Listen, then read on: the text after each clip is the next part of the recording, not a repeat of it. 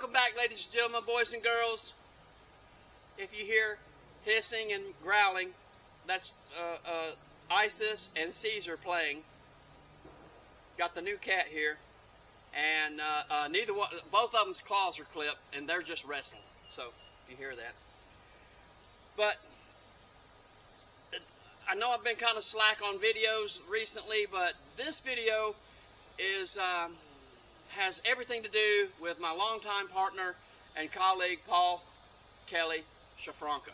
Now, for those who don't know where the name Schaffranke comes from, Paul used that as his pen name because it's his mother's maiden name. Very much like I used Horatio Ribnikar, because Ribnikar was my mother's maiden name. So anyway, that's how he gets the name Schaffranke. He just used it as his pen name. Fine. And the short story is that on April the 1st, at about 10:45 p.m., Paul was getting ready to go to work. He worked the night shift, and he had to be in at 11, and he rode an electric bike to work. And he was on his way out of his door, and boom, he suffered a massive stroke. And he went down. And after he didn't come to work, after an hour, a couple of hours or so, his night manager contacted the police department there in Biloxi, and they went and did a comfort check on him. And he had collapsed right at the door with his keys in his hand, just fixing to go out. And they called the ambulance. They took him to Gulfport Memorial Hospital, where he still is today. He was in intensive care. They've operated on him a couple of times. He has the staples in the back of his head. What happened was his jugular had somehow become clogged, and his heart was pumping blood into his brain.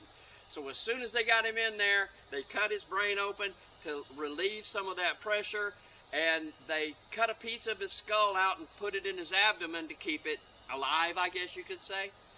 And so it was real rough goings for the first couple of weeks. And they operated on him 2 or 3 times, and his recovery has been rather slow. And as of today and yesterday, he still has the staples in his skull, and he is recovering slowly but surely. He understands what you're saying to him, and they've removed the feeding tubes, and he is eating and drinking on his own, which is a real good sign. So it's going to be a slow recovery for our dear friend, and God bless him, and we all need to pray for him. I've been praying for him like hard, and so has everyone else who's known more about the situation than normal. I sent him down a CD player where he could put the earbuds in his ears and hear some of his music, and I've got more CDs going to him also. And hats off to his friends down there who have really been doing a very, very good job handling the paperwork and visiting him and keeping me with updates. We've all been working together on this, and that's how things are.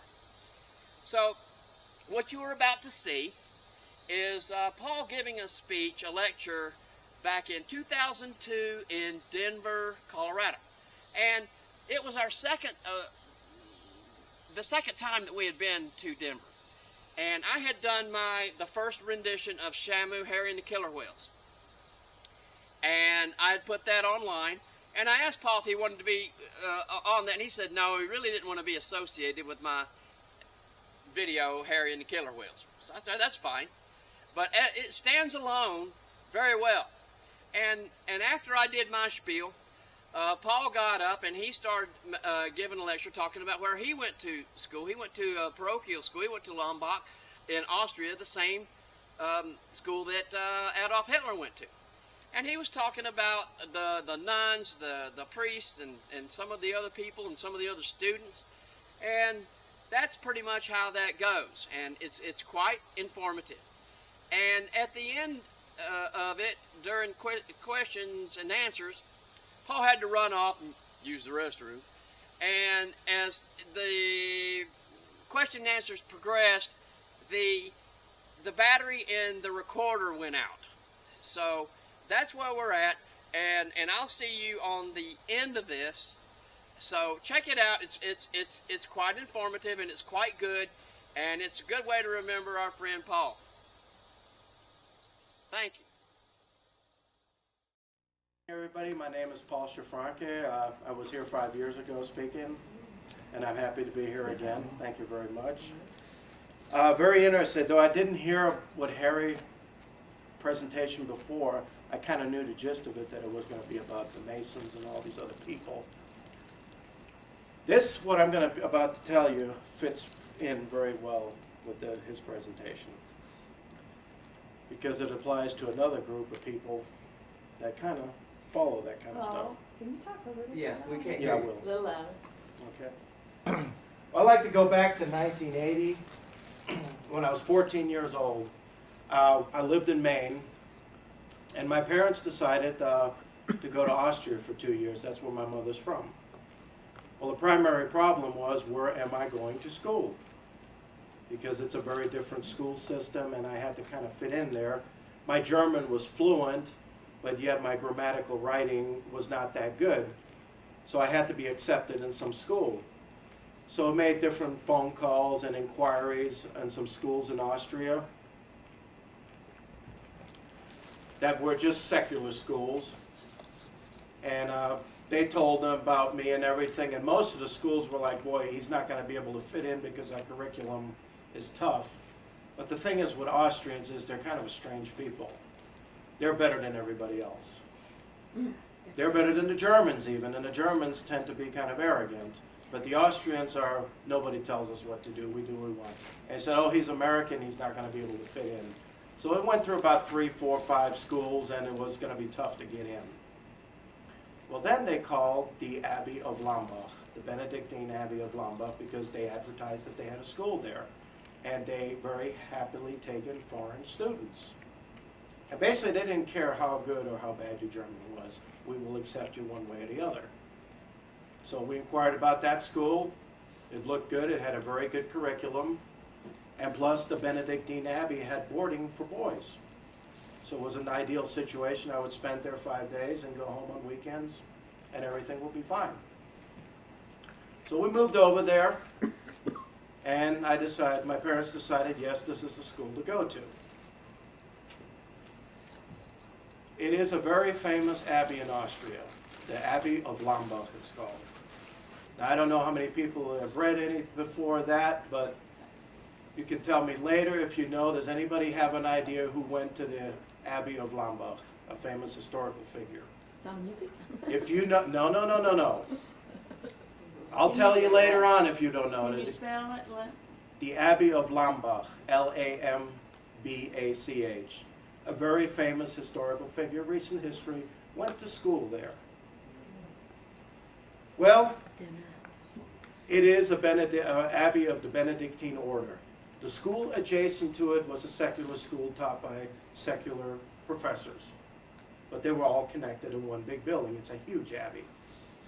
Was it Hitler?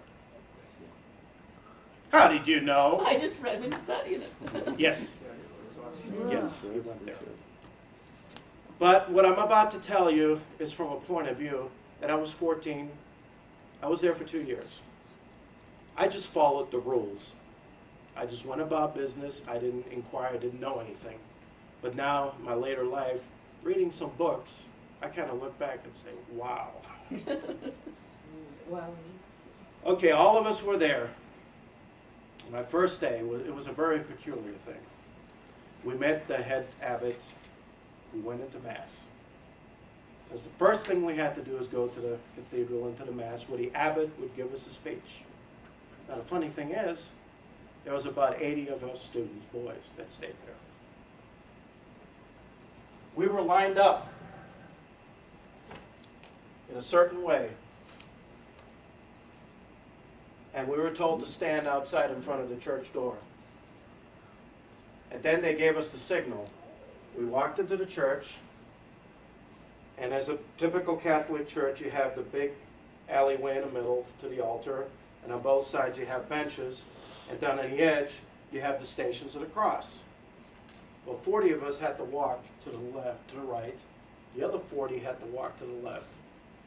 And we had to walk all the way down to the front, pay homage to the altar, go back, and then start filling in the rows.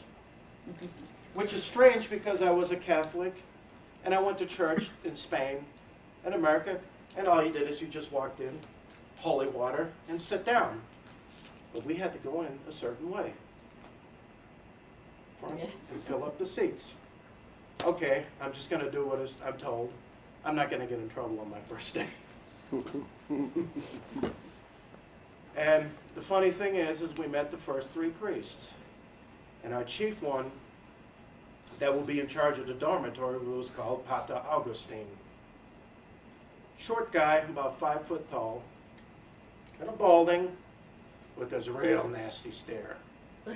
Looked at us. Very muscular, tough looking. And he always used to, it was like boot camp. Silence! Stand! You may go. Okay. Fine, went to the mass. The abbot gave a speech, welcome everybody. Everything was fine. And of course, when we exited, we had to exit exactly the same way, out to the courtyard. And as you walked out in the courtyard, there's this nice little shrine there with the Virgin Mary, the water, and on top you see kind of a bent swastika. Supposedly that dated from the 1200s. That was the Monastery of Lambach. Dated from the 1200s, but there was a swastika there. And later on, as I found out, Hitler went to school there too. And that symbol was there, so I kind of put 2 and 2 together. Well, maybe he got it from that. Maybe he didn't, I don't know. And they told us that that was the ancient symbol for the sun. Well, we all got into our rooms, dormitories, everything. And it was like supper time at 5 o'clock. Be there. Well, we were a little bit slow. We just wanted to find our way around. So on that first day, there was a group of older students that came by, 6 of them, came by the rooms. They were wearing a black band on their shirts with a red cross. And they came by and said downstairs to eat immediately. So these were the seniors or whoever they were. We do as we're told. Okay? We had to stand in line to the chow hall. Of course, we had to go in a certain way again. Now you may go in. All of us walked into the chow hall. There's a row, there's the priest's table sitting in the front, and there's 2 rows of tables in a center alley, pretty much like the church. But 40 of us had to walk against the wall, go around, and sit down. We had to stand. The priest would say the prayer. All of us had to repeat it, and then it was time, you may eat now. So we ate. And it was kind of like strange because I grew up in the United States, and I didn't have, this sounded like I was going to Marine Corps boot camp. Yeah. And this was supposed to be a Catholic school of some type. I knew they were going to be strict, there's going to be rules and regulations, but you had to follow all this ritualistic type of stuff. But I just followed the rules and didn't think much of it. Well, supper time was over, and this was the first day. And then we went to bed. And then the following day was the first day of class. Everything went fine. We got to meet our professors. Of course, over in Europe, the classes are regimented too, but that's just a standard thing. There's nothing unusual about that. I mean, when the professor walked in, everybody stood up and then sat down when they were told to be seated, but that's a sign of respect. Well, on that second day, we went back to the Abbey dormitory, and it was time to get our school books. Apparently, the book, we had to get these little coupons, and these were the books we would need for class because you get to keep them. And there was a special big hallway. And in the center there was a guy sitting there with stacks of books. And you would walk up and give him the coupon and get your books and go back. Strange thing was, we had to go into that big hall a certain way.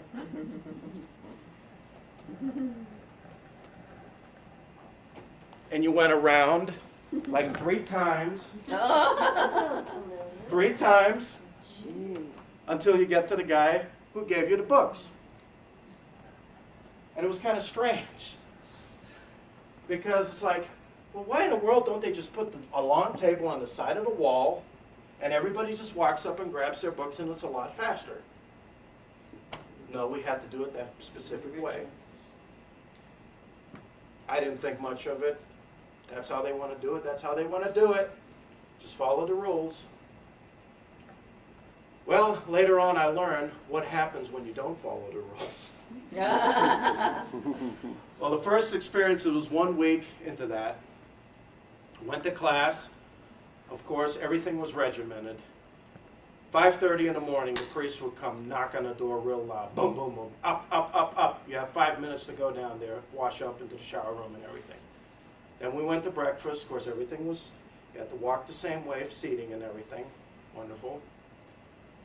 Then you went to class. Then when you came back, there was lunchtime. And then there was like a 3-hour study hall where everybody had to study and do their homework. I mean, every day was just very much regimented. And then once a week, we had, on Wednesday, we had to go to Mass, to the chapel. That I will get to later. So, where was I at? So we got into that. And okay, the penalties. The first Friday, okay, I was supposed to go home Saturday morning. I was there like for 4 days. On the 5th day came our initiation of new students. Most of them were Austrian and German. I was the only American in there. We had one from Kuwait and one kid from Thailand, a Muslim and a Buddhist in a Catholic school. I couldn't figure that out, but All yeah, in the same. I don't know. Well, Friday night we were all standing, doing our thing, playing ping pong and pool. And all of a sudden come these older students with the band and the Red Cross. About 15 of them come up, and they started grabbing one student, boosh, beating him up. They took a heavy-set kid, lined him up on a pool table, put some cologne, and started slamming him. And the priest was right there watching. Pang, boom. Funny thing is, they grabbed me and did very little damage. The Arab, hardly any damage. The Thai, hardly any damage. A couple of us. The foreigners were not touched. But the Austrians and the Germans got severe beatings. And this was like, this goes on every year. This is initiation. And then the priest said, this is to show you all that if you break the rules, this will be 10 times more severe. One kid had to go to the hospital that weekend. But apparently, it doesn't seem like there was any law or anything that stopped them from using corporal punishment. Wonderful. I went home and told that story to my parents, and it's like, oh, it's, well, just see how it goes. Rules. They said this is only a one-time event. We're going to get hit and everything, but we'll see how things go. Well, I kept on going on to school there, and everything went fine. I had to do my homework and everything. But, the ritual, all that. Didn't get into any big trouble. But we had a couple students there. Let me tell you about told you I had just one guy from Thailand, one from Kuwait. And we didn't really associate that much with them. I spoke German fluently, so I hung out with the Austrians. But there was a really, the students that were there were pretty intelligent. There was two of them that I roomed with that were brilliant musicians. I mean, very talented. There was others that were into mathematics and engineering, all the ones that I got to know. And then there were some that were dumb, like the real dumb ones that were there. Funny thing is, their parents were multimillionaires. There was like 3 guys that were troublemakers and just stupid, but every one of them had multimillionaire parents. And whenever the student got in trouble, somehow there would be a new pool table in a room, or something new, reconstruction or something, and the student could stay there because he was threatened to be thrown out. Well, Daddy wrote a check and took care of things. Well, everything went fine the first month. I did my homework. I passed everything. The school itself was a whole different story because it's actually the educational system was excellent. But after a while, I started getting good grades. And after I started getting good grades, a priest, the head priest, was approaching me and said, you're getting very good grades. And I was kind of amazed as how does this guy know my grades? You know, this is a separate thing to school, and, you know, I get my report card. But the priest always seemed to know of all the students exactly how well they did on a test. One time I did poorly on a test, and I didn't even know it. I kind of knew I did poorly, but I didn't get the exam back. And a priest pulled me on the side and said, "You did poorly on that test and all this. You got to, you know, straighten up and all." I said, "How in the world?" And then the next day I got the exam and got the grade. So he already knew ahead of time what I had. And it was kind of strange. Well, they approached me one day and told us, "Well, you're getting very good grades. You're very good in math and science and Latin. We like that." Okay, I wasn't studying theology or anything. I'd say, well, if I was, you know, into religious subjects or something, I would expect them to be a little more interested. But they were specifically interested that I was good in chemistry, math, and physics, and they pointed that out. I said, well, we have a program for advanced students. It is like a fraternity called the Flavia, which is a Latin word. And he said, and if you join that, we have a meeting twice a week, and you go to that meeting and we enhance your learning ability. We enhance your learning, and you learn a lot more. Of course, I really wasn't interested in anything like that. My goal at that time was a way to infiltrate the chapel, get the keys to the little sanctum, and get the church wine and away first. That's all I cared about. So I said, well, church wine. That's all I cared about.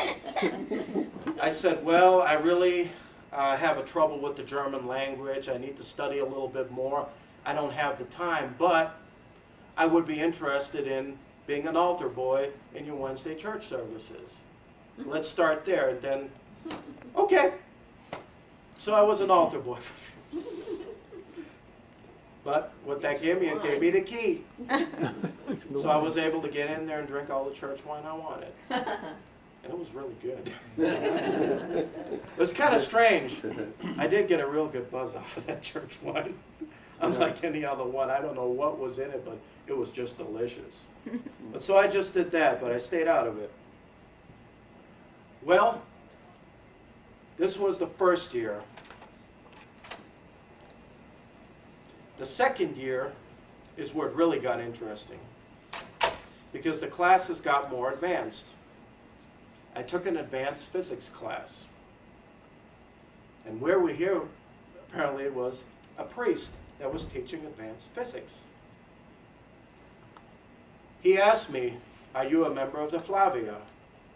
I said, "No, I'm not." He said, "Well, you should be." I said, "I'll consider it. Depends what I have to do." I said, "I'm considering, you know, getting into the Flavia." He said, "Well, I hope you do. You're very gifted in this subject."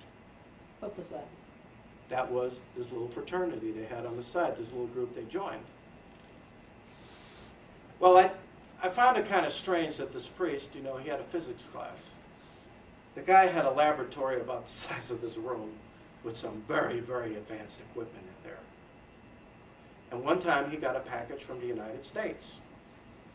And he said, "My English is bad. It's not that good. Can you help me set up this experiment?" Sure.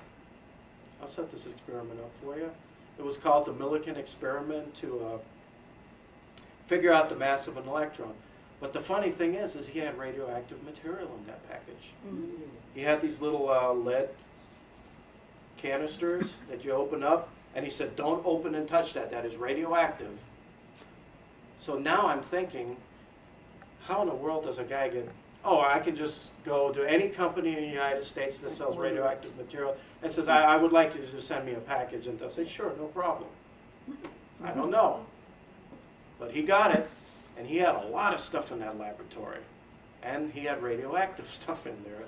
So I helped him set up this thing, and everything was kind of strange.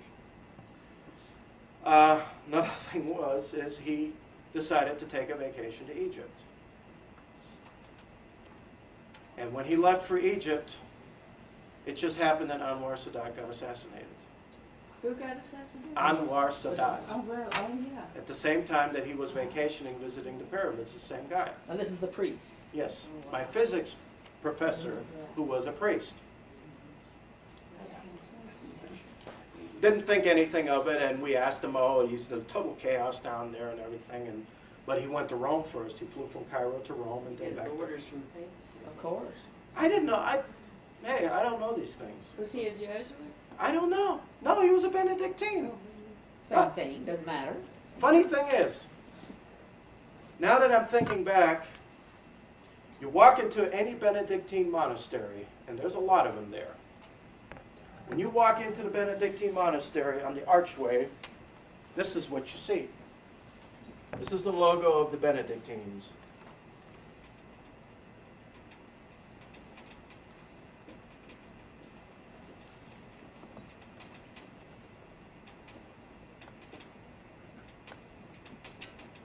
Ora et labora. Pray and work. That's what you see outside. Now, some friends of mine and myself decided, well, this is an old monastery, abbey from the 1200s. Let's see if we can explore it a little bit. Because I was always interested in history and archaeology, and there was always these little rooms in the back. We always wondered, well, what's behind the chapel? What's behind the cathedral? What's under the cellar there? Mm-hmm. Let's do a little bit of exploring, and we did. Mm-hmm. Good thing we didn't get caught, because we had to walk around. Well, first of all was the room where the members of the Flavia met. And it was kind of strange. We walked through it. Of course, there was nobody there at the time, but we found, because we always heard them like twice a week, speaking and chanting something when the Flavia met. And we found that room. It's kind of funny. You walked into this big hall. It was like a throne. A big throne with two little thrones on the side and a bunch of chairs on the edge. Didn't think anything of it, but it kind of looks familiar to a lot of things we see today. And on top was a big carving of a dragon. And I don't know what that means. Reptilian. I don't know what it means, but there was a dragon, like the mythological dragon, but it was carved out of stone. It was part of the monastery, and it was on top of the throne. I still don't know what it is. But inside that room, under the dragon, was a big word. 3 words. This is what you see when you go in the archway. When you went into that room where the Flavia met, above the throne and under the dragon, this is what you saw. This is where I first seen this.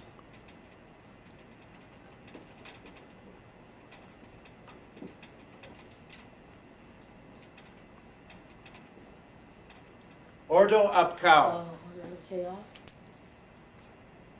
That is the first time I've ever seen that, was in that room. Of course, I've read books later, and it's everywhere, but that's where I first seen that. Above, order from chaos. Above the throne, under the dragon. That's what there was.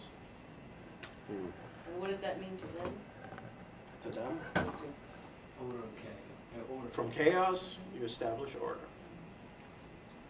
So we said, that's kind of interesting, but to me at that time it was just exploration, nothing else. I didn't know what a Freemason was. I didn't know what a conspiracy theory was. I mean, it was just something, okay, this is what they do. And we decided, well, what else do they do?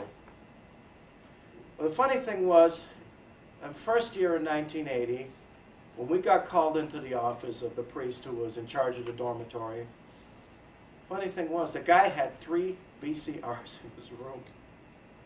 Now, this is 1980. They were pretty expensive back then, now that you think about it. And they're all VCRs, video recorders. He had 3 in his room, and then there was another main room where we were allowed to watch television, and he had movies that we put in. So actually, had 4 on that floor. I understand the one in a room, that was for us probably, but the 3 of them in his room, and he had a bunch of tapes, and he had a little safe where he kept some stuff too. Safe. Well, we got friendly with a member of the Flavia who was a young guy. He was about 20 years old. He went to school there, he joined the Flavia, and he was ready to become a priest. His name was Peter. And he was also studying physics in college. This is where it gets peculiar. The guy was studying physics in college. But he was going for getting his collar within a year or two. He was going to become a fully ordained priest, Benedictine priest. Well, we were talking to him, and it was, why do you want to do this? Why don't you just want to go out into the world and, work for a company or something? Why do you want to get stuck and glued in a monastery and pray all your life? And he was like, we don't have to pray all our lives. We have things to accomplish. We're going to travel around the world, and we're going to be serving the Pope. Okay? But the funny thing is, most of the priests, except Anzel, who went to Egypt, I'd never seen anyone else travel. They were always there. Well, then there was another priest, whose name was Father Joseph. I hardly ever saw the guy. But he was always in the monastery, locked up. There was not a day he went out. Well, one day, Father Joseph decided to take a drive, and he got killed in a car accident. Now, it's strange. Somebody that never leaves the monastery for a year or two just happens to decide to take a drive on the road, and he gets killed by a car accident. Well, it was a very sad event. They had the funeral. We were there. It was terrible. We lost one of our people. But the funny thing is, I did some research, and like 5 years before that, and another 3 years before that, 2 other priests decided to take a drive and got killed by car accidents. So there were 3 right there that left and got killed by car accidents. It was just a sad thing. Didn't think of anything at that time, but now that I think back, it was kind of peculiar. Well, going back, friend Peter, getting a degree in physics and becoming a priest. Well, just like my mentor, Anzel, with the laboratory, he had a degree in chemistry, physics, and engineering, but yet he's a priest in the monastery. Well, funny thing is, we kind of followed Peter one time. We were spies at night. We were supposed to stay in our dorm rooms and sleep. But what we did is we did the good old trick. In case there was a bed check, we kind of hid something under the blankets to look like we were there, and we decided to take a look because there was some activity going on and we wanted to know what. Well, we went down into one of the hallways behind a chapel. We got a good view of the rooms where all the priests were staying. Lo and behold, from one of the back courtyards come a bunch of hookers. Oh my God.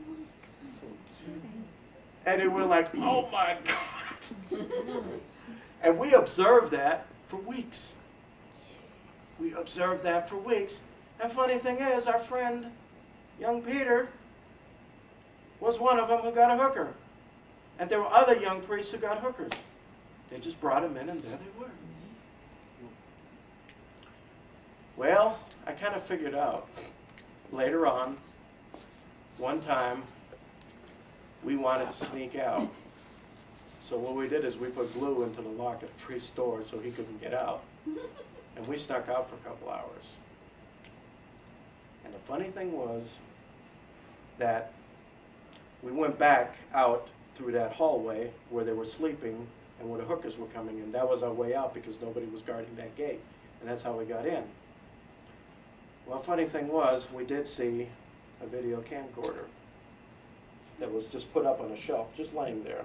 It was kind of, and then now I'm thinking back and I'm tying it in with the VCRs in the room. Oh, really? Yeah. What they must have been doing is they must have been taping the priests with the hookers and then keeping it in that room. So they had some blackmail material there, but this is where we went out. So for like a whole year, that was our secret hiding place, that we could go out at night and go to the bars and inns and come back in. That was the only unguarded place, so it was a benefit for us. Well, what they did is, and then I kind of knew what was going on, that it was not something I would want to get into. I didn't realize it was blackmail or anything like it. Now thinking back, I know exactly what it was, all this ritualistic stuff. So, what happened, I got to see the punishment that somebody received. One of the members of the Flavia. I don't remember what they did, but one night, 3 of the guys were standing in line in front of the priest. And he was just screaming at them. And we just kind of opened the door and looked, and we saw them down the hallway lined up. And this little guy, Father Augustine, walked up to one of them and whoo, knocked him on the ground. Walked up to the second one, pow, knocked him on the ground. Guy had his nose blazing. Then there was a third one that was almost a 6'5" tall guy, about 18 years old. And he grabbed Father Augustine's hand, like, "You're not going to hit me, Father." And Father Augustine grabbed him with a judo flip and knocked him right down. And he said, "Don't you ever touch my hand again," real loud. I mean, he did a real special move. I was like, wow, this guy's combat trained or something. I said, you don't want to mess with this little guy. And this was a priest. And he was disciplining these 3 guys who were members of the Flavia that were ready to be ordained in the priesthood. And we could see it was just brutality. And I'm like, I don't think I ever want to join that group. Because first of all, I've been stealing all the church wine. And I did not want to get caught. So I'm just going to play it low key and just obey the rules and just continue to school and not join that group. Well, another thing I found funny at that time was nuns. Well, first of all, this was an abbey that was all priests. But in my ideal thinking, you know, as a kid watching the good old humble priest in Ireland, cooking his own meal and everything, doing everything themselves, cleaning and cooking and all that. This is what I thought monks did. They kind of lived isolated, did everything for themselves and their brothers and took care of it. Not the case in that place. Those guys did absolutely nothing. Nuns were slaves. There was a monastery about a mile away where the nuns stayed. I think they were called the Carmelite nuns. Well, these little girls, nuns, would come in every day and cook the dinner for us. They'd go cook everything, cook stuff for the priest. And what they did is with the young girls that were ready to go and become nuns, their initiates, they did all the dirty work, like scrub the floors, clean the toilets, carry the heavy stuff. And one time a friend and I felt sorry for one of those girls. "Oh, we'll carry that in for you into the kitchen," just trying to be nice. And oh my God, Father Augustine grabbed us by the collar and said, "Don't you ever touch or don't you ever look at these girls again, or else you're really going to get punished. You're not going to eat today." He said, "Don't you ever talk to them, don't you ever look at them, nothing." I'm like, "Excuse me, we just try to be Christian and nice." And they treated them like dirt. They would scream at them in the kitchen if something was not done on time. I mean, it was just absolutely the way they talked to them. We were not even allowed as students to look at them or talk to those nuns or their initiates. And they were doing everything. I mean, it was just like slave drivers, which I didn't understand at that time. I said, what in the world is going on? They were just absolutely horrible. And the funny thing is with the priest, when we would eat, we'd have to eat the potato soup, the black bread. That was a common meal we had at that time. And the priest would have a small bowl of soup. A what? A small bowl of Oh, soup. okay. And that's all he would eat. He's right. And I'm like, my God, this guy doesn't eat much at all. Why is he so- He must be trying to be, you know. Well, guess what? After he got done with that small bowl of soup, they brought him a nice big meal up to his room. Yeah. So, and they brought in the hookers for all those guys. I guess they videotaped everything. And it was just a real strange experience. I'm surprised Now- you didn't steal a videotape. I couldn't. They were locked. He had all the video. The ones he had out that you could get, they were still locked behind key, were like recordings of biblical movies that we were allowed to watch once in a while. But then there was another area where he had tapes that were completely locked. With the several videotape things, he was probably copying tapes. that's exactly what he was doing. Yeah. Making copies in case one. Now thinking back, that's probably what he did. But they were trying to induce me. Well, comes to be what's so interesting about Father Anzel, Pater Anzel, who went to Egypt when Sadat got killed. Well, let me tell you a little bit about his laboratory. This guy had a laboratory the size of this room. He had radioactive materials there. He had flasks. He must have had hundreds of thousands of dollars worth of equipment in there. And he had some very lethal chemicals and all that. And this was just his playroom, his hobby room. And I translated several experiments for him because he kept on getting equipment from the United States, from a place in California. To Austria. To Austria, radioactive material. What was he doing? I can't just imagine he was doing just a small experiment or anything. But, well, lo and behold, it's been like 20 years since I've been there. And what I did is I'm telling the story because the Bear Boys introduced me to a book called Vatican Assassins. And I started reading that, and I was like, wow, that's what I saw. That's what I went through. So I don't know what they were doing or training, which I'm still trying to figure out. One thing is you have all these priests there that are all into engineering, physics, chemistry, and they all seem to be combat trained. Now, the way I found out what the combat training was, the incident with the 3 members of the Flavia that were beat up by the priest. Well, a few weeks later, they had a show in the Abbey for us students to watch as a demonstration of judo. And here comes the lead judo instructor of Lambach, who was a 65-year-old guy who was a colonel in the SS, who trained SS troops. And he had his students there demonstrating, doing judo tricks. And guess what? Father Augustine went like that with him too, and they flipped each other and all that. And right there I found out that is their instructor. We asked Peter later, did you take any martial arts classes? He says, oh yeah, with that guy, we went to that school, and that's where we take martial arts classes. I guess you really need that as a Catholic priest. Yeah, really. It was really strange.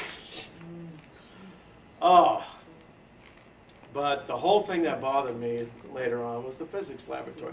Well, I looked recently on websites of the school. I don't know if the dormitory still exists, but the size of the school next to the Abbey has quadrupled. It is taking foreign students in like crazy. I mean, it's a huge school. They got a tremendous curriculum. Well, just the other day, I looked on the website. I wanted to have a picture of the monastery, you know, just to show you, because it's kind of a last-minute thing that I wanted to talk about. And I pulled up a website of Lambach, and lo and behold, where's my thing here? Oh, yeah, there you go.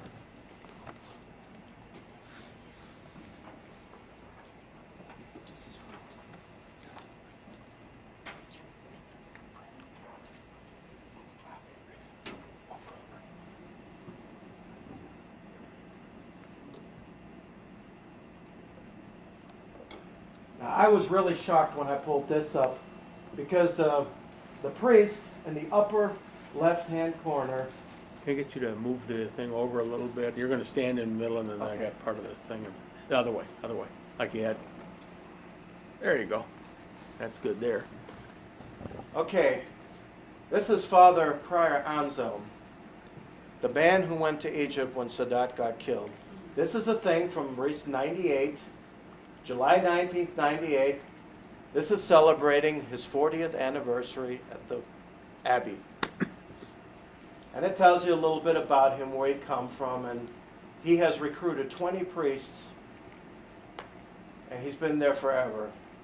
And right below him is a recruit. And very interesting, this guy just got ordained as a collar, with his black collar.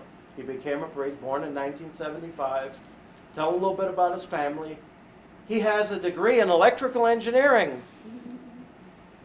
So here we have his new recruit that got ordained, has a degree in electrical engineering.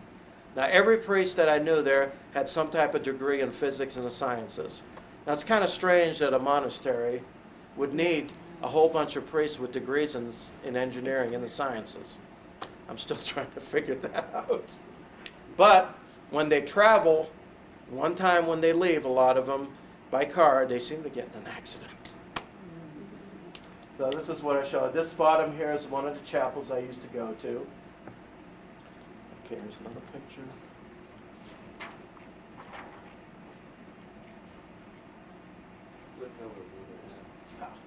Nothing. We can't read it. We can't read it. Okay, this is a side view of the entryway into the Monastery of Lambach. Right above on the arch there, you have the Ora et Labora when you come in, and it takes you right into the courtyard. See, the thing is built very ceremonially somehow. You have the big courtyard with the arches and everything. Then in the back, you have the cathedral. And the funny thing is, when you look into the Mass, the doorway is facing west. So the front where the altar is of the cathedral is east. So everything is oriented exactly like in these Masonic lodges. So this is what I went through, what they're trying to. What I'm wondering is, what if I did decide to join the Flavia and got into their program and did everything they did, and my parents decided, hey, we're moving back to the United States? What would have happened? You can turn the light back on. In a car Yeah. Would I have died of a disease and say, we're sorry, Paul died? I don't know. How many years did you go to school there? I went there for 2 years. Okay, and how'd you get out of this mess? Just move? I'll tell you. Okay. Because the ones with the car accident, they were the ones that decided they didn't want to do the Okay. assassins or Yeah, do the whatever. sure. Well, it was the second year when I got into this little bit, and Father Anzel wanted me to translate his experiments for him. I said, fine, fine. When are you going to join the Flavia? When are you going to join the Flavia? It's time for you to join. You're brilliant. I don't want to join. Well, you should consider it. What a strange thing is I started taking exams. That was going towards the second half of the second year. I started taking exams and getting worse grades than I should be getting. My English compositions, I was getting like C's. Excuse me, I know how to write English. I was getting bad grades in my English. My German, I was getting bad grades. They couldn't quite get me on a math, but they found like little ways to try to trick me. That was the only thing that really pissed my math teacher off, is that when in school, you got called up to the front and you had an oral examination. And it was kind of strange that I was me and two of my other friends that I was real friendly with, who they were not interested in joining, but they were the two musicians that were brilliant. We kept on getting called up to the front of the class for some reason. And a couple times we weren't that prepared because, it's everybody's turn. And then one time I got called up in the same class, math class, 3 times in 1 week. I got called up on Monday for an oral examination. I got lucky on Tuesday, I didn't get picked. Wednesday and Thursday I got picked for one time. But the questions were so tough, like a chapter ahead in the book, but I just happened to be good and know that, and it aggravated them. And in history, they pulled the same thing in history. They couldn't get me in history. But they got me in the art class. The art class, we had it twice a week, and I got called up all the time. I wasn't that interested. I didn't have time to study. So that was one class I started doing poorly. And in my English composition, I started getting like a C instead of an A. Excuse me, what's wrong with this? Well, you didn't express yourself correctly here, which was absolutely ridiculous. We started getting persecuted with our schoolwork. Well, it got to the end. Luckily, my parents said, well, we're moving back to the United States. It had nothing to do with the school, but it was just like, they got tired of it over there. We're moving back to the United States. And I was like, well, kind of happy. Because it's like the last 2 months of the second year, I started, with other students, started getting persecuted. Well, I moved on to the United States. I kept in contact, by mail, with the other 2 guys. What they went through in the third year was absolutely ridiculous. The first 2 months of the semester, They kept on getting picked on constantly in class, continuously. By the end of the first semester, they were both out. Now, is that They the, were expelled. is that the Chin and the Kuwaiti? No. because they The Chin and the Kuwaiti went on, whatever they do. We never even associated with those guys. They always kept to themselves. So it was not an issue. But my two friends from Austria, the first half of the third year there, they were finally expelled. Because they wouldn't join the Flavias. That's all I could think about, and that's what they said. They always got picked on in class. They always got in trouble at the Abbey and everything. They were expelled. They were lucky. Alice, I need you. Well, were they the ones that went out the back way with you? Snuck around with you? Yes. There was three of us, exactly. I'm curious, what were your folks doing? What was your dad doing? What kind of job did he have? Or whatever Retired military. Oh, He was military. living off a military pension, and he just would. My mother was Austrian, and he liked it over there, and just felt like it's a good place to hang out for a couple of years. That's all it was. So it wasn't like he had a career job? No. That's why we decided to move back, and they said, well, I had 2 years of Austrian schooling, which is good, and it helped me a great deal. And when I went back to the United States, I didn't really have to do hardly any Yeah, schoolwork. 'cause we're dumbed down over here. Exactly. Dumb down. But that's the whole thing that happened. My friends, they got expelled in the first half of the third year. So it looked like I would have been on the same course. But it all came down to because we wouldn't join that little group. So, and that's the strange thing. All these priests that are engineers and scientists, who knows? So what was the percentage of these young guys that were members of the Flavia as opposed to just regular, ordinary students? Okay, about 30% joined the Flavia. The Arab and Thai were with them too, surprisingly. There was a large percentage as regular students whose parents were very wealthy and they paid the Abbey a lot of money. They just went through the school and graduated. But what they did is they selected, it seemed like what they did is they selected the best students and good foreign students, and they tried to entice them to join the priesthood. But they didn't push celibacy or anything that you would expect from a Catholic. They said you can do a lot of things that you want to do. As we saw with the hookers and the girls and all that, but I guess what they did is they put you on videotape, and if you screwed up or something, it would get sent to the Pope or something, who knows, and you would get excommunicated. Now thinking about all this, what do they do to those that fall out of line once they join? Well, we did see the hooker thing. Let them take We it saw the back. hooker thing. Then also, there were parents that brought their small children in for counseling or for something like that. And these young priests that were initiated and becoming that had to work with small children for some reason. They had to work with them, in talking about religion or something. And I'm wondering if they filmed them as a blackmail thing. Because now what you're hearing here is all these priests that were accused of child molestation. What if they went out of line and were set up? And why this time period? I mean, it's been going on forever, presumably. Why now? Why are people coming forward now? I don't know, but I can guarantee you the ones that actually do the child molesting never ever get caught. Those you'll never hear about in the news. Was there molestation in the boys' school then? I did not witness any at all.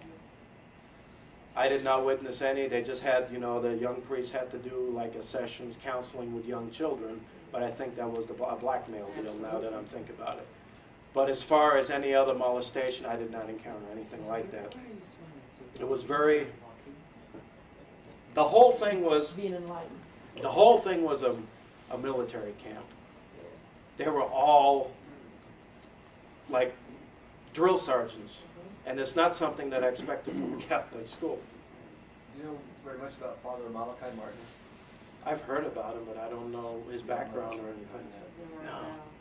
He was on, but he got killed, didn't he? He died. They died. Go down the stairs. Oh, yes, okay. Now, Suicidal. yeah, we Yeah, can gulp so of water nice. here and continue on. Well, his health was failing too. Yeah. It doesn't matter. He's suicidal. You know, Paul, there was an article in the paper this morning that said the Vatican made it clear that these pedophile priests and such were not going to be kicked out. They were Now, going to retain them. Now, an interesting thing that I did recently is back then when I went to school, I told you just my experiences with the rituals and everything, and now I'm putting it together what was actually going on. Well, I had a conversation with a priest, one of the priests there, one time. We were talking about history, and I mentioned something about the fall of the Roman Empire. And he said, Paul, the Roman Empire has never fallen. Yeah. That's That's right. He says, he says, Caesar is our Holy Father. Okay. Oh, yeah. Caesar. And the Nazis didn't lose World War II. They just moved to the United States. Well, funny thing is, the Abbey of Lambach was an SS ordered castle. The SS, some leaders of the SS, they partied in there. After the Third Reich would have won the war, that place was, they had plans to turn that place into a major, major SS resort. Oh, What does SS stand for? Is that Homeland? Schutzstaffel. Is that Homeland Security or something? Secret Service as far as. Right, it's security. Homeland Security? Well, of the Nazis. Schutzstaffel, Of the Nazis. the security of the party security. Do you know if Hitler died or not? I don't know. You know all the theories about. I could. There's Oh, another. you went somewhere else? There's another presentation we could do one day on that.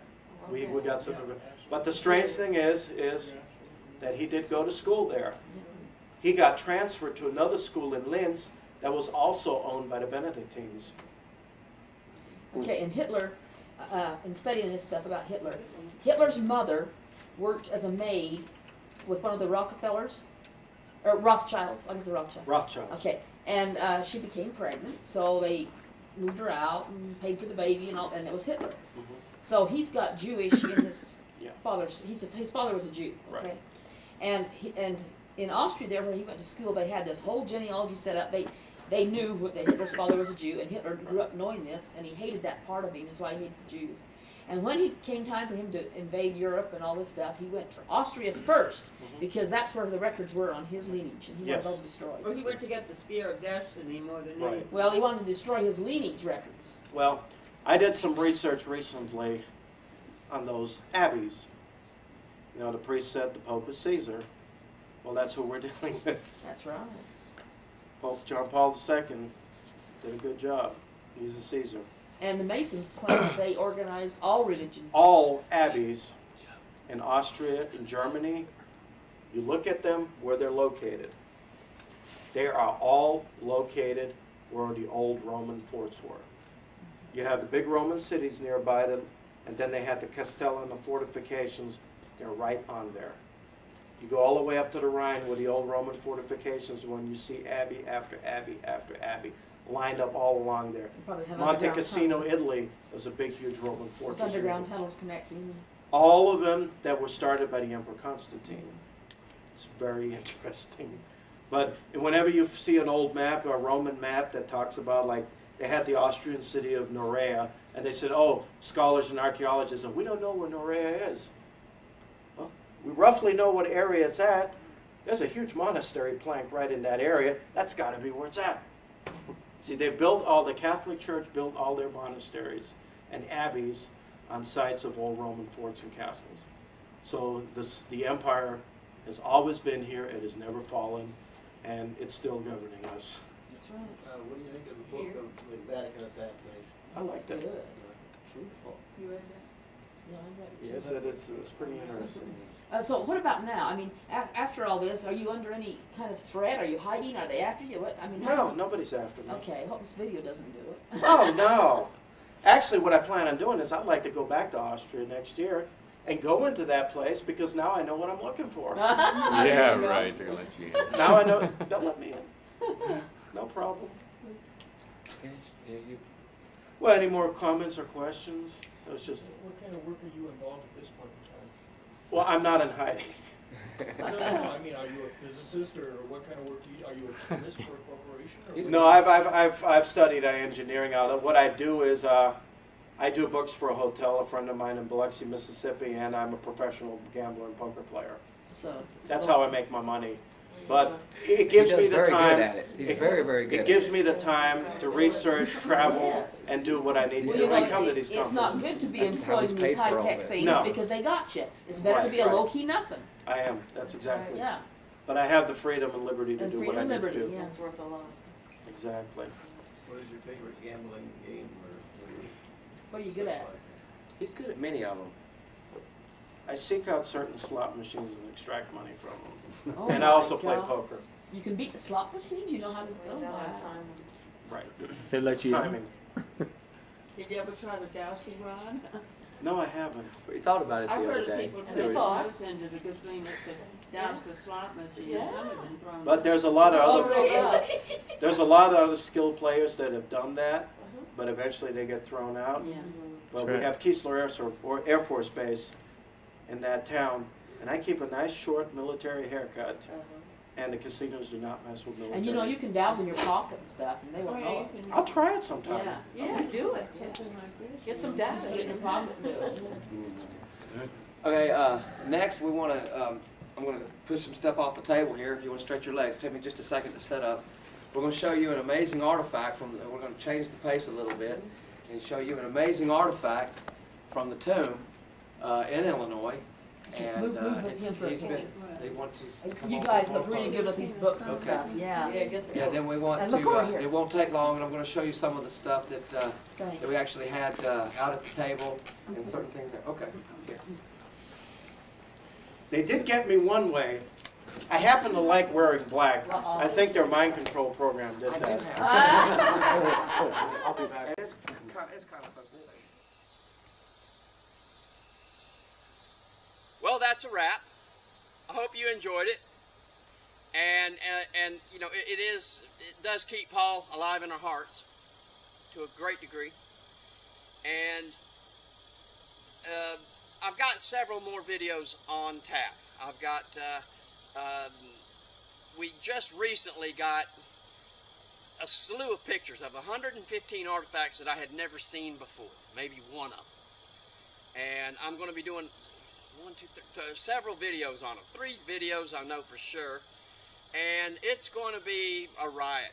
And I've got a video in the can for the map stones. There were 3 more map stones, which brings the total up to 9. And here comes the monster. This is Caesar. Meet Caesar. Hey, buddy. He's a great cat. He's a great cat. He's giving ISIS a run for her money. And, hey, buddy. So, and I've got some more videos. There's going to be the Elephant Stone brouhaha. I may do one on that. And I've got so many ideas going on that all I got to do is put them together and do the shoots. So anyway, that's where we're at with it. Hope you enjoyed that. And there's more to come soon, I hope. Pending on weather and everything else. It has to be cool enough for me to get outside, and I don't like wind. You can see there's no wind. And I don't like the trains that come through every now and then. And I have to have my pets as mascots. So thank you very much. God bless. Peace out, brothers and sisters.